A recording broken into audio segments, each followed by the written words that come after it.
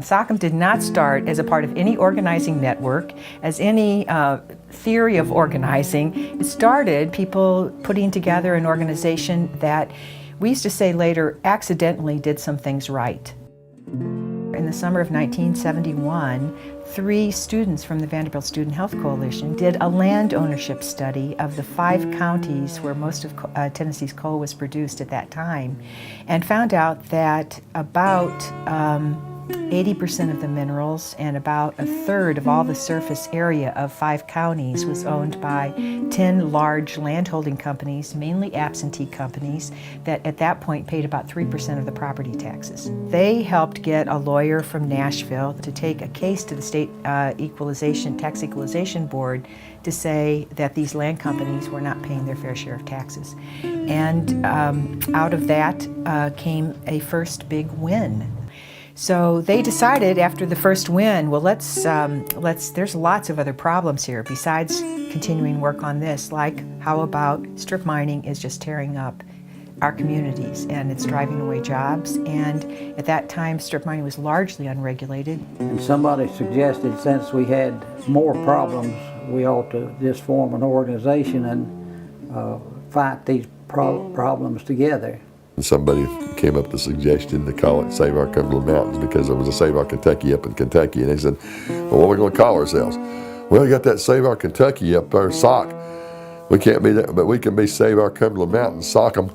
And we were fighting it as hard as we could. We really wanted strip mining stopped in Tennessee. That was my goal. And you just blasted off the tops of and the sides of mountains, and you threw the rock and the trees and the earth down, and it ended up in the creeks, and there was tremendous flooding, tremendous blasting problems. I mean, slides going across county roads. It was like living in a war zone.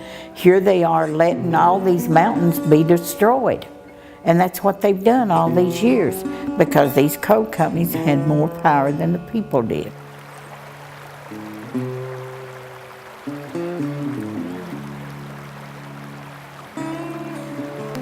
There had been a real serious flood up there by that time, and 7 people had drowned, and the sludge just came over everybody's field through the river there.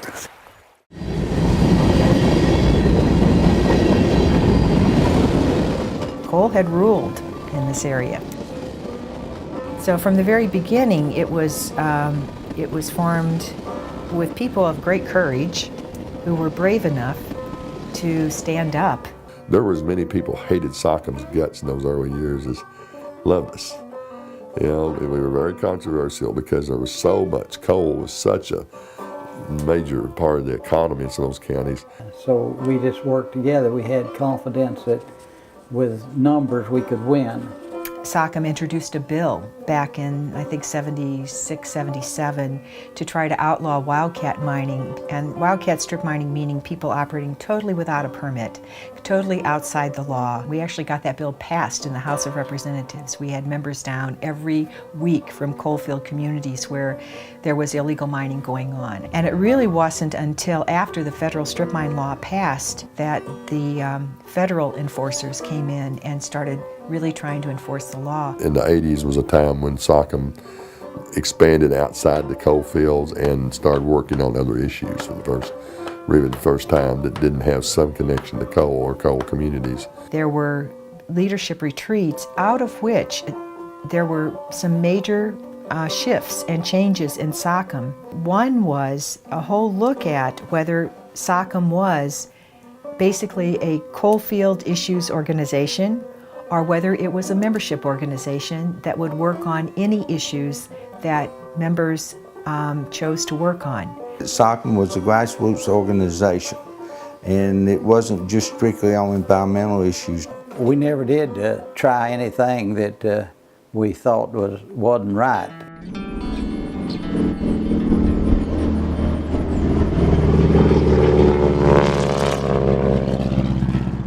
There were these low-flying planes that were spraying fertilizers for pine trees and herbicides for hardwood trees to try to get pine plantations to grow. Our gardens are being poisoned by herbicides. These people, these timber companies are clear-cutting 1,000 acres of timber next to us. Then they're coming along and spraying from the air. And when those crop dusters go over, they just spray. They don't care what they spray on you. Beg them, not to spray us. And they don't care where the streams are. They don't care where the homes are. And they just spraying. That spray flew over us 3 times, and you could feel the spray every time you come over. The crop means more than a human life. So SOCM set up a hotline. We started getting literally hundreds of calls. We take people in and they would testify about these horror stories about being sprayed, or children being poisoned and people dying and other people, getting sick. Not trying to say you have to stop the spraying. We said put some limitations on it, put some regulations on how you do it, when you do it, the wind drift, whether it should be ground application or by plane or what have you. Very ambitious membership recruitment goals. We're going to hear from a few members who have tried recruitment in their areas. Tell us what's worked for them in the different parts of the state. That's right. And so we'll break into groups and we'll do. The question was asked, who do we want in the room as SOCM members in the year 2000? And one of the answers was a more diverse membership, where people are being shoved around, where there are problems, where there's injustices. That wasn't just the struggle of SOCM folks, but the struggle of African Americans for the kinds of issues they were working on, the struggle in some urban areas for whether it was housing or jobs or whatever, really had an effect on this organization. We don't have a pool to draw from. There are not very many people of color in the area. So we discussed and said, why don't we move then? Why don't we move throughout the state and see can we get diversity involved? It began to open doors for a lot of people, and people began to look at SOCM different. And they had to kind of get used to people of color, because there was none where they was at. The board passed a mandate saying that SOCM committed itself to becoming an anti-racist organization. The Anti-Racism Transformation Team, ART team we call it. We've been quite successful with that, enlightening a lot of members that has never been enlightened before. And I think through that we're able to bond even better together.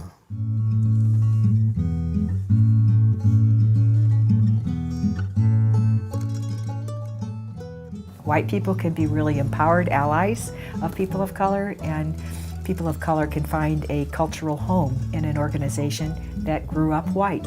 The black people that I have met that are in these counties, I really like them. Other gratifying thing about is the friendships that were created, and understanding that their concerns that they have on their particular community are basically the same concerns that I have. I just think the things that mean the most to me is the individuals that I've met through SOCM over the years. I stay with SOCM because I like what the organization is doing. I meet a lot of people through SOCM that I probably would have never met. Sort of the culture, I think, of SOCM as it started has really helped build those kinds of systems of support and social relationships that mean a lot to people. I can't say what it means to me. It's just so important.